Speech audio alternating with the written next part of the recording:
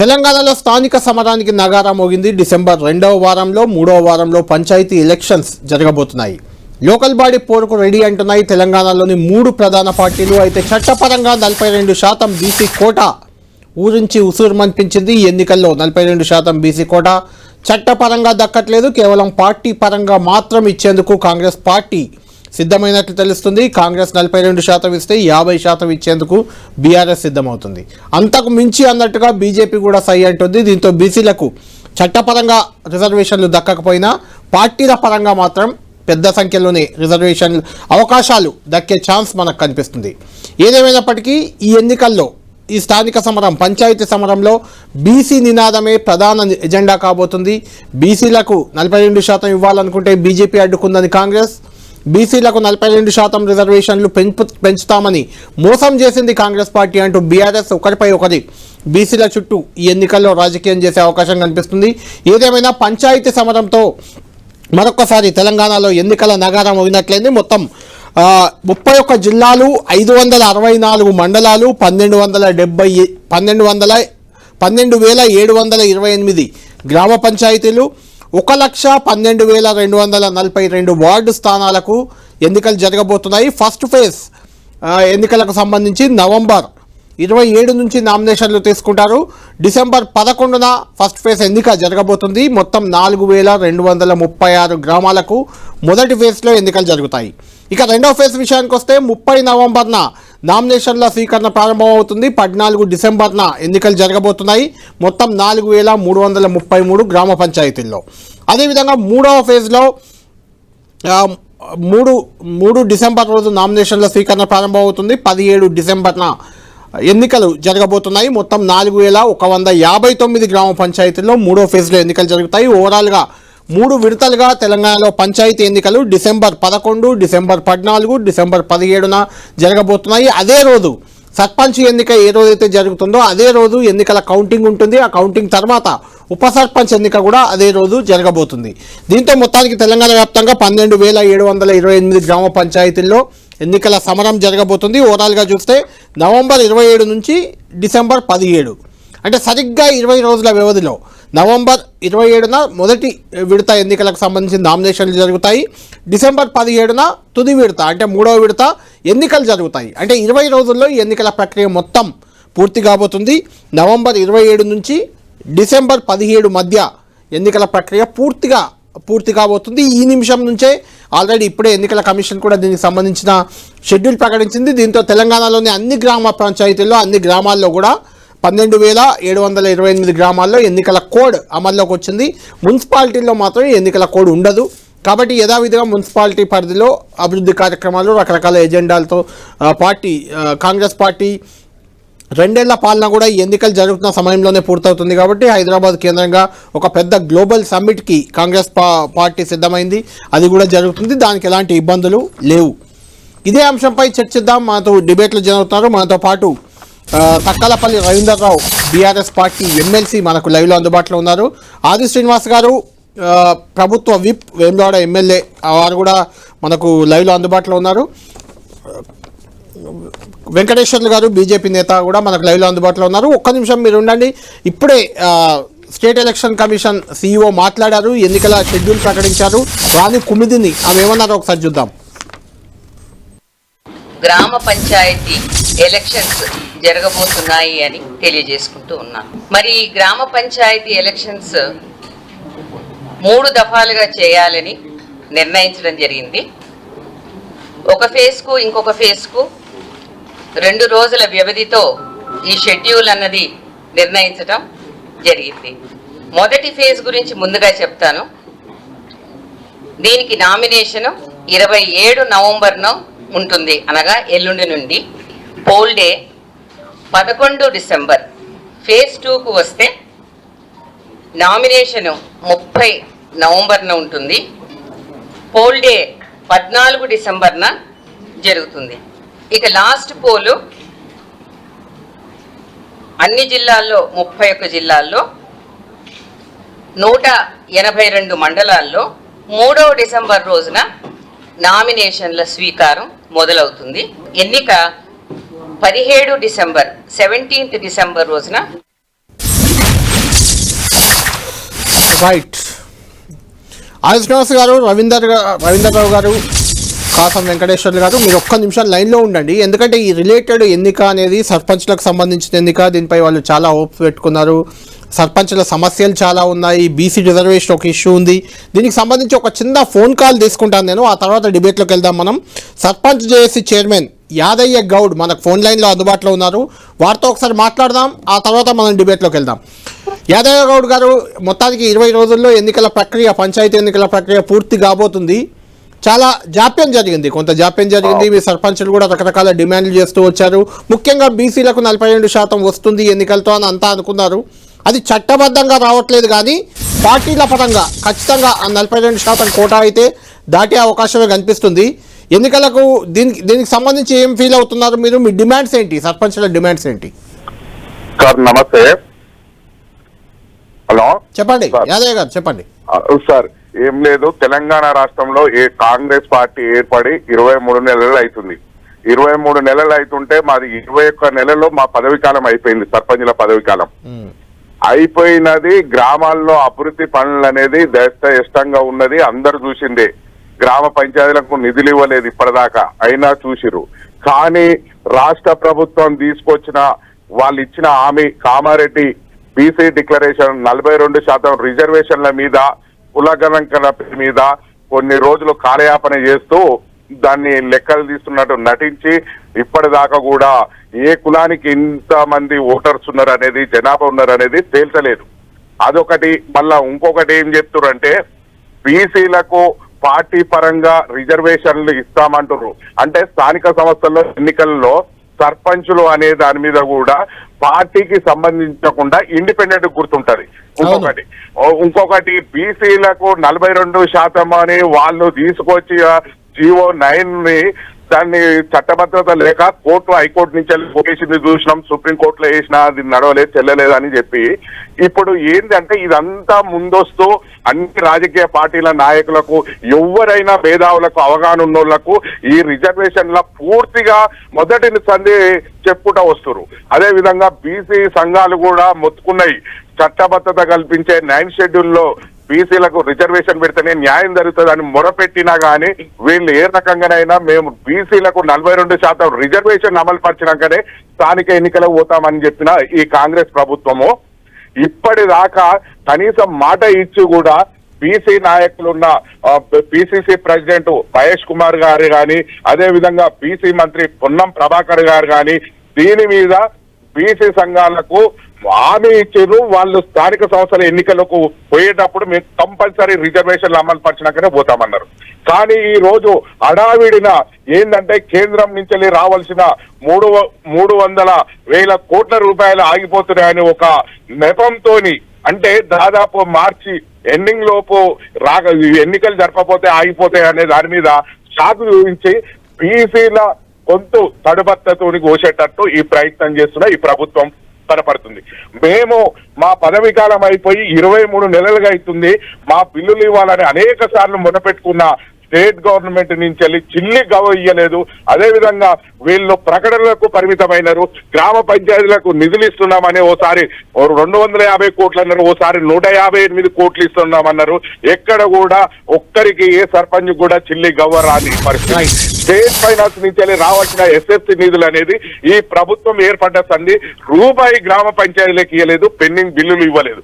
అయినా కానీ మేము ఓపిక పట్టుకున్నాం. కానీ ఇప్పటికీ ప్రభుత్వం స్థానిక సంవత్సరం ఎన్నికలు పోతున్నప్పుడు మా సర్పంచులంతా, మాజీ తాజా సర్పంచులంతా అప్పులు చేసి వడ్డీల పాలై కొంతమంది సర్పంచులు తగ్గిపోయినారు.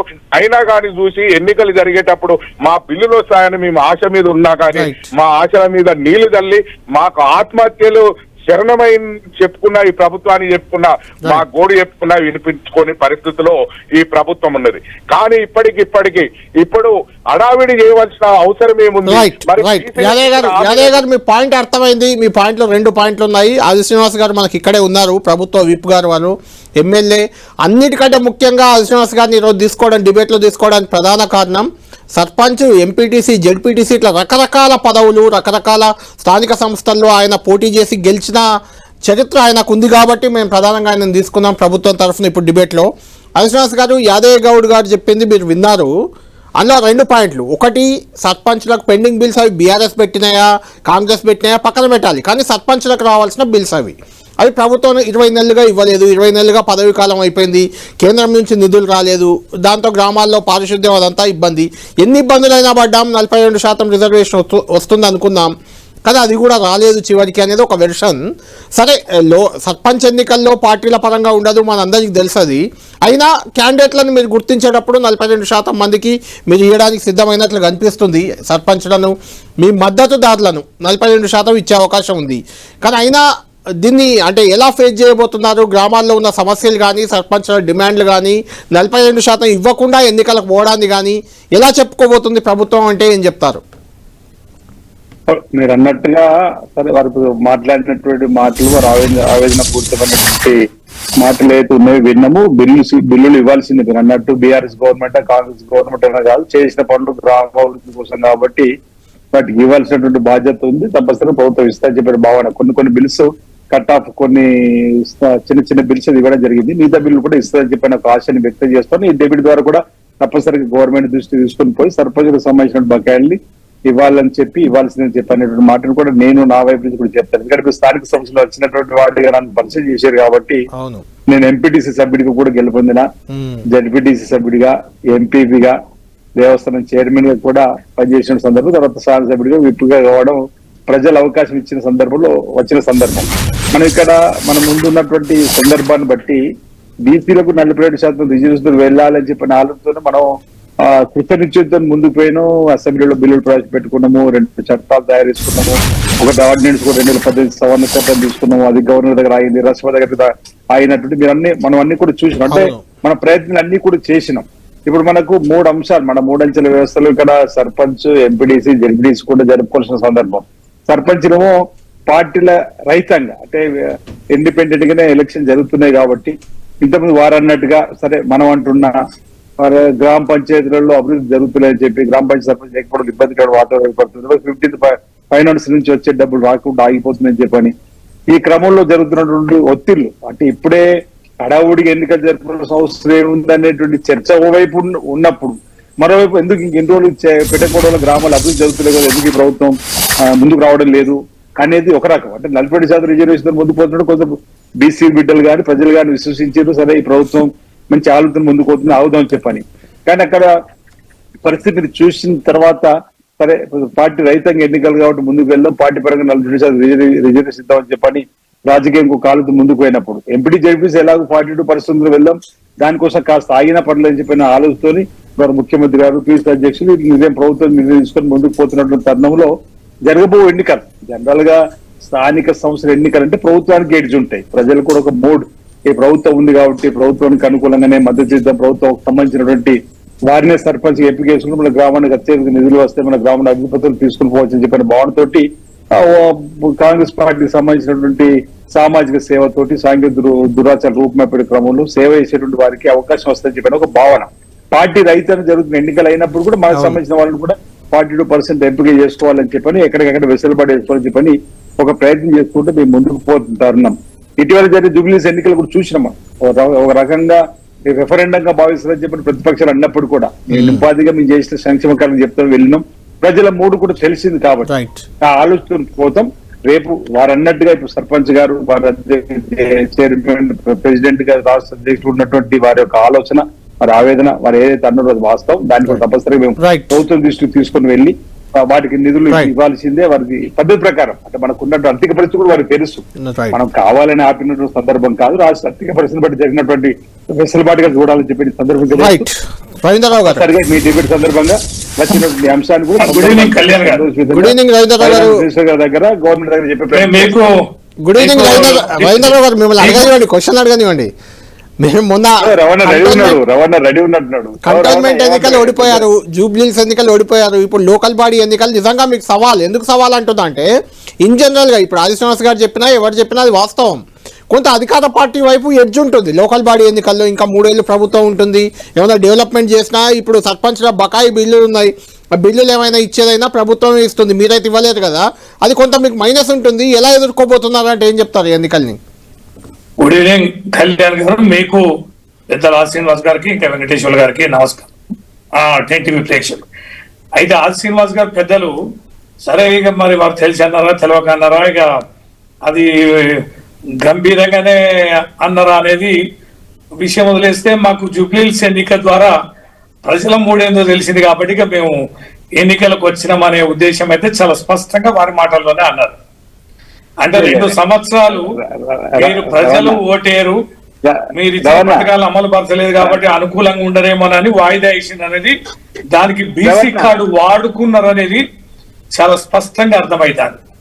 తర్వాత అపహాస్యం చేసేది ఏంది కళ్యాణ్ గారు అంటే పార్టీ పరంగా ఇస్తాం, ఇది పార్టీ పరమైన ఎన్నికలే కాదు, ఈ పార్టీ గుర్తులే లేవు, దీనికి పార్టీ పరంగా ఇస్తామని చెప్పడం అనేది మరొక అపహాస్యం.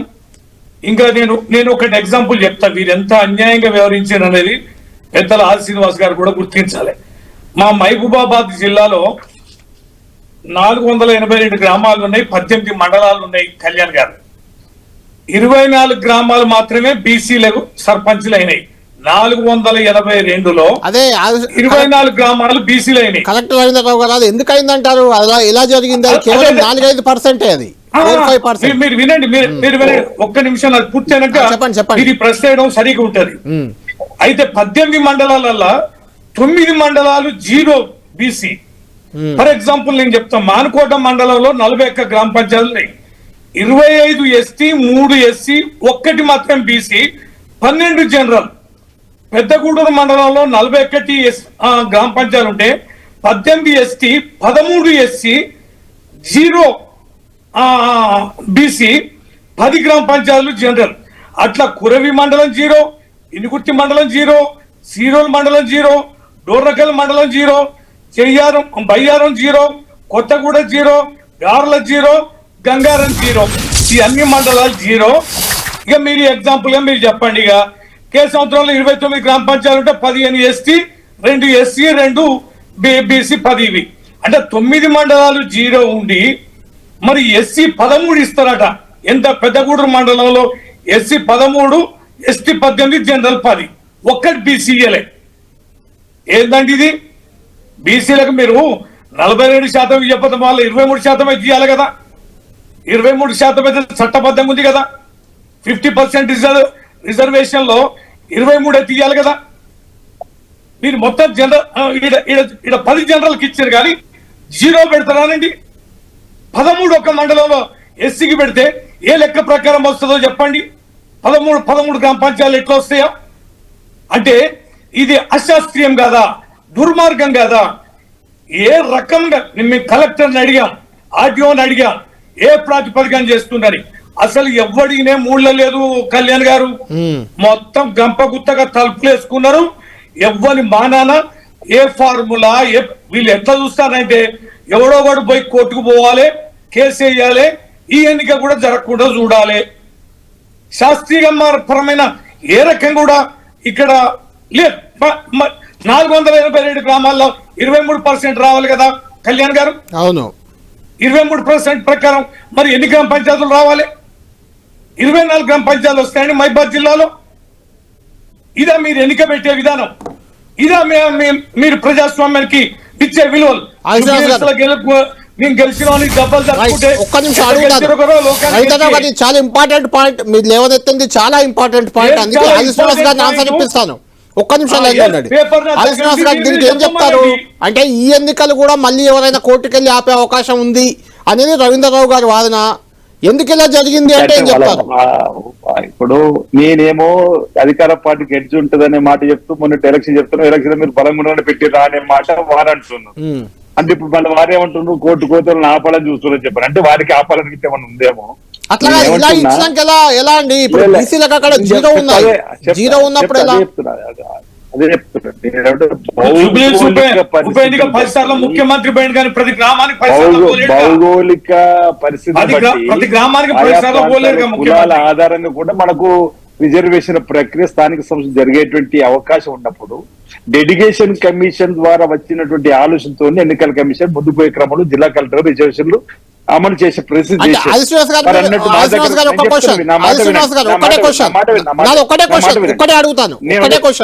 అంటే మీరు ఒక మండల్లో ఒక్క గ్రామ పంచాయతీ కూడా బీసీ లేకపోయినా పర్వాలేదని ఒప్పుకుంటున్నారా? నా మాట వినండి, నేను చెప్పేది అదే అంటున్నా. నేను అలాంటి సమస్య మా దగ్గర కూడా వచ్చింది.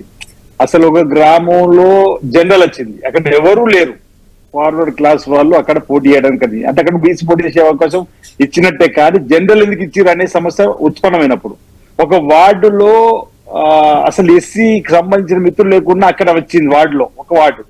ఈ విధంగా మాకు 8 ప్రాంతాల్లో వస్తే మేము కలెక్టర్ గారి ద్వారా ఎన్నికల కమిషన్ సంప్రదించినప్పుడు డెడికేషన్ కమిషన్ ఇచ్చినటువంటి ఆధారంగా ఆయా ప్రాంతాలు బట్టి రిజర్వేషన్ రొటేషన్ పద్ధతితో పాటు కులాల ఆధారంగా కూడా రిజర్వేషన్ ఇవ్వాల్సినటువంటి సందర్భం వచ్చింది కాబట్టి ఇచ్చినామని చెప్పి, బహుశా వారి ప్రాంతంలో ఎస్సీ ఎస్టీ ప్రాబ్లం ఎక్కువ ఉంది కాబట్టి వారికి ఎక్కువ ఇవ్వాల్సిన పరిస్థితి వచ్చిందేమో.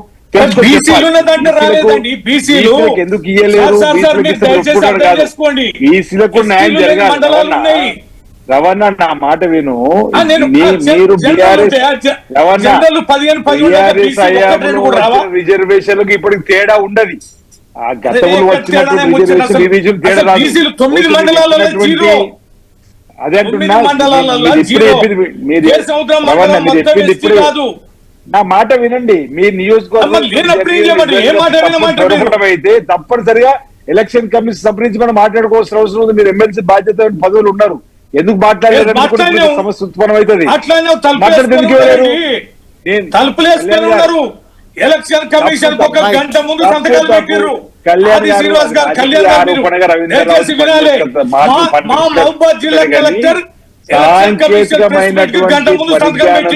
డెడికేషన్ కమిషన్ ఇచ్చినటువంటి ఆలోచనతోని కలెక్టర్ డెడికేషన్ కమిషన్ తప్పించిందంటారా? అన్యాయం జరిగితే ఎందుకు కోరుకుంటాం? ఎస్సీలు ఎస్టీలు కావచ్చు, ఒకటి టెక్నికల్ గా ఇబ్బంది జరిగి ఉంటే వాటిని క్లారిఫై తీసుకుంటుంది ఎన్నికల కమిషన్ కానీ ప్రభుత్వం కానీ. వారు అన్నట్టు నిజంగా ఒక నియోజకవర్గంలో పొరపాటు జరుగుంటే దానిపైన సరిదిద్దాల్సిన బాధ్యత కూడా ఎన్నికల కమిషన్ పైన ఉంది. రవీంద్ర రెడ్డి ఆరోపణ కూడా సెంటిగా కొట్టేయడం లేదు. నిజంగా అందులో వాస్తవాలు ఉండుంటే ఎస్సీలకు అన్యాయం జరిగినా ఎస్సీలకు ఎస్టీలకు అన్యాయం జరిగినా ఊరుకునే లేదని చెప్పి ప్రభుత్వం ముందు చెప్తుంది. కానీ రైతు రుణమాఫీ చేసినప్పుడు రైతు రుణమాఫీ చేసినప్పుడు ఒక బ్యాంకర్ తప్పిన వాళ్ళు ఒక బ్యాంకు 90% రైతు రుణమాఫీ కాలేదు. అంత మాత్రం ప్రభుత్వం తప్పట్లేదు కదా, బ్యాంకర్ తప్పు. సకాలంలో బ్యాంకర్ రుణమాఫీ ఉన్నటువంటి వాళ్ళు అట్లా ఇలాంటి ఇబ్బంది ఉందంటే కళ్యాణ్ భాయ్ ఒక మాట అధిగమించే ప్రయత్నం చేద్దాం మనం. రైట్ ఒక నిమిషం కళ్యాణ్ గారు ఒక మాట నేను మాట్లాడండి. చెప్పండి. ఇప్పుడు మేమేమైందంటే మీ కలెక్టర్ గాని మాకు తెలిసి మేము పోయినాం. పోయి మీ సంగతి ఏంటంటే కలెక్టర్ ఆర్టీఓని ఎంఆర్ఓ వీళ్ళని మేము అడిగితే వాళ్ళు అన్నది ఏంటంటే, సార్ మేము అఫీషియల్ గా అనౌన్స్ చేసినామా, మేము సంతకాలు పెట్టే కదా అంటే 1-2 గంటల ముందు కలెక్టర్ సంతకాలు పెట్టి ఇక కథం. ఈ లోపల ఎలక్షన్ కమిషన్ నోటిఫికేషన్ ఇచ్చింది. అదే ఓకే రైట్. వస్తాను మీ దగ్గరికి, వస్తాను మళ్ళీ వస్తాను. కాసం వెంకటేశ్వర గారు విన్నారు కదా, అధికార పార్టీ ప్రతిపక్ష పార్టీ ఆ రెండు ఎన్నికలకు సంబంధించి మాట్లాడిన అంశం విన్నారు.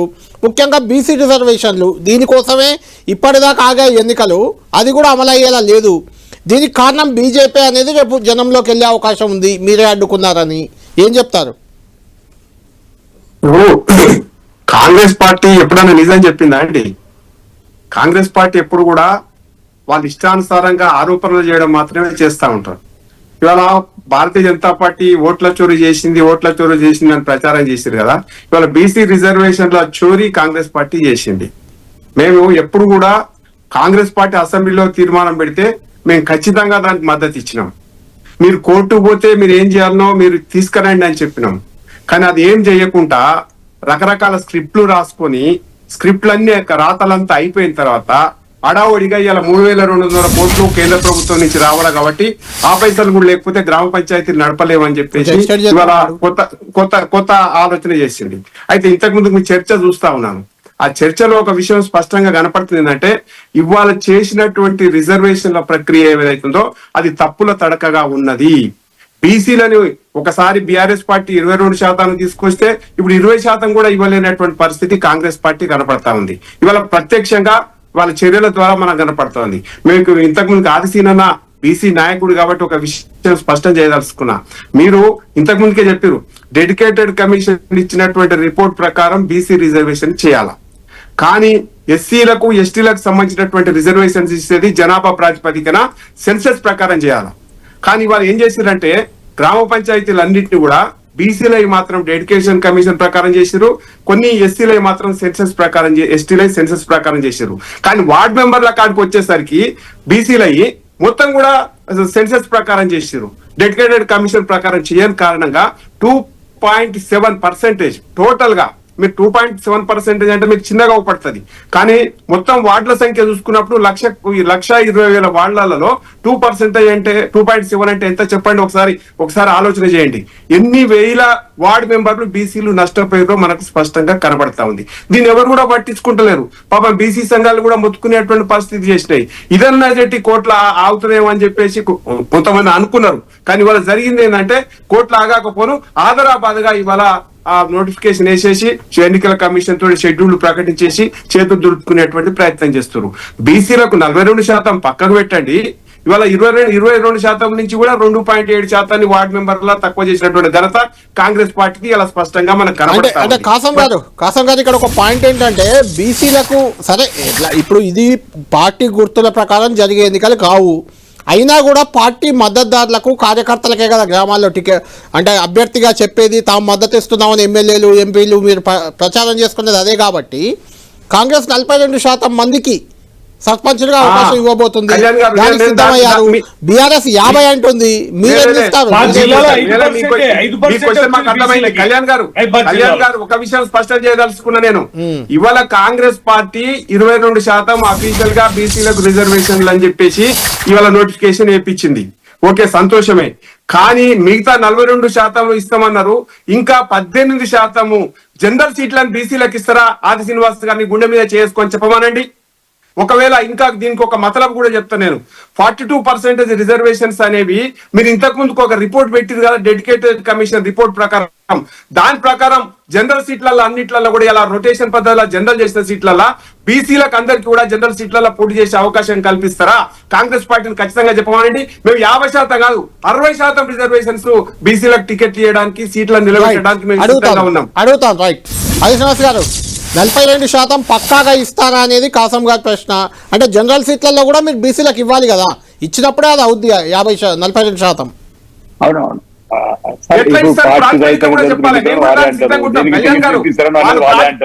చెప్తే ఆ ప్రాతిపదిక ప్రకారం మేము సిద్ధంగా ఉంటాం, మేము కూడా సిద్ధంగా ఉంటాం. మీరు వెంకటేశ్వర్లు గారిని పరిచయం చేసినప్పుడు ప్రేక్షకులకేమో సర్పంచుల సంఘానికి అధ్యక్షుడు కాదు వెంకటేశ్వర్లు గారు బీజేపీ నేత, ఆయన బీజేపీ కీలక సీనియర్ నేత. వారు వేరే చీర ముందొచ్చింది సైదయ్య గౌడ్, ఆయన సైదయ్య గౌడ్ సర్పంచ్ జేఏసీ చైర్మన్ ఆయన. మరి నేను వీరు కాసం వెంకటేశ్వర్ గారు వీరు బీజేపీ సీనియర్ నేత, బీజేపీ కార్యదర్శి, రాష్ట్ర కార్యదర్శి ఆయన. తెలుసు నాకు వెంకన్న తెలియకూడదు కానీ అంటే కన్ఫ్యూజ్ అయ్యారు ఆయన, మేము చూడట్లేదు కదా ఆయన దూరంలో ఉన్నారు. నేనేమంటున్నా అన్న, మా చిత్తశుద్ధిని మీరు అపార్థం చేసుకోవడానికి అవకాశం. మీ గుండె నిండా కూడా కాంగ్రెస్ పార్టీ ఏదైతే ఉందో బీసీల కోసం 40 రిజర్వేషన్ చట్టాలు తయారు చేసిన అంశం మీరే అంటుండ్రు. మా బీజేపీ కూడా మీ అసెంబ్లీలో మీకు కూడా అంటున్నాం, అసెంబ్లీలో మాట్లాడారు, మద్దతు ఇచ్చారు. కానీ రాష్ట్రపతి దగ్గర ఆగింది, లేకపోతే గవర్నర్ దగ్గర ఆగింది అనేటువంటి అంశంలో క్లారిటీ లేదు. ఎందుకు అయ్యి అంటున్నారు, దానికి సమాధానం చెప్తలేదు. అది తప్పుందని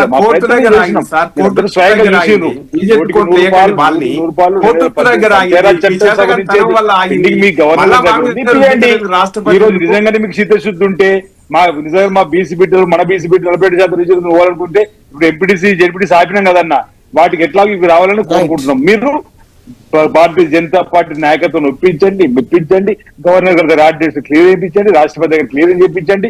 ఈరోజు 40% రిజర్వేషన్ ఇప్పించాలనుకుంటే ఆరాంగా పోదాం. లేదు మీరు అన్నట్లు గుండె చేసుకుంటారు 100% తప్పనిసరిగా జనరల్ సీట్లలో కూడా అలాంటి పరిస్థితి వచ్చినప్పుడు బీసీ బిడ్డలకు అవకాశం కల్పిస్తాం. గట్టిగా నిలబడదాం, పోరాడదాం. మీ పార్టీ మీరు పోరాడండి, మా పార్టీ మేము పోరాడదాం.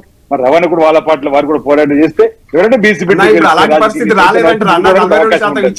రాలేదంటారా అన్న?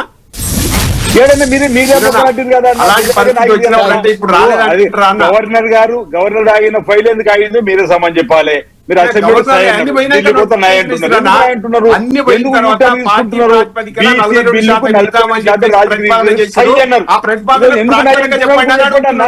మీరు ముసుగులో గుద్దులాట అవసరం లేదు. థ్యాంక్ యూ కాసం వెంకటేశ్వర గారు, థ్యాంక్ యూ తక్కలపల్లి రవీందర్ గారు. మొత్తానికి స్థానిక ఎన్నికలు పంచాయతీ ఎన్నికలు మొదలు రాబోతున్నాయి. ఆ తర్వాత ఎంపీటీసీ జెడ్పీటీసీ కూడా వస్తాయి. ఇప్పుడు 42% రిజర్వేషన్ మాత్రం చట్టపరంగా అమలయ్యే అవకాశం లేదు. ఎంపీటీసీ జెడ్పీటీసీలకు అమలు చేస్తామనేది కాంగ్రెస్ మాటగా ఉంది. అది అమలవుతుందో లేదో చూడాలి. ఏమైనా 20 రోజుల్లో మొత్తం ఈ స్థానిక ఎన్నికల పంచాయతీ ఎన్నికల సమరం ముగియబోతుంది. 22 నవంబర్న ప్రారంభం అవుతుంది. 17 డిసెంబర్తో ముగియబోతుంది. 20 రోజుల్లోనే మొత్తం 3 దశల్లో ఎన్నికలు జరగబోతున్నాయి. ఇందులో బీసీ ఎజెండానే ప్రధాన అంశంగా ఉండబోతుంది. రిజర్వేషన్లపై కూడా చాలా ఫిర్యాదులు ఉన్నాయి. కొన్ని మండలాల్లో అసలు 0 బీసీ పంచాయతీలు, 0 బీసీ వార్డులు కొన్ని గ్రామాల్లో ఇట్లా రకరకాలుగా ఉన్నాయి. దీనిపై ఏం జరగబోతుంది, ఎన్నికల కమిషన్ ఏం చేయబోతుంది, లేదంటే మళ్ళీ ఎవరైనా కోర్టుకు వెళ్తే పరిస్థితి ఏంటి, ఇలాంటి చాలా అంశాలు దీనిలో కూడా ముడిపడి ఉన్నాయి. కాబట్టి చూడాలి ఏం జరగబోతుంది అనేది. ఇది ప్రైమ్ టైం డిబేట్.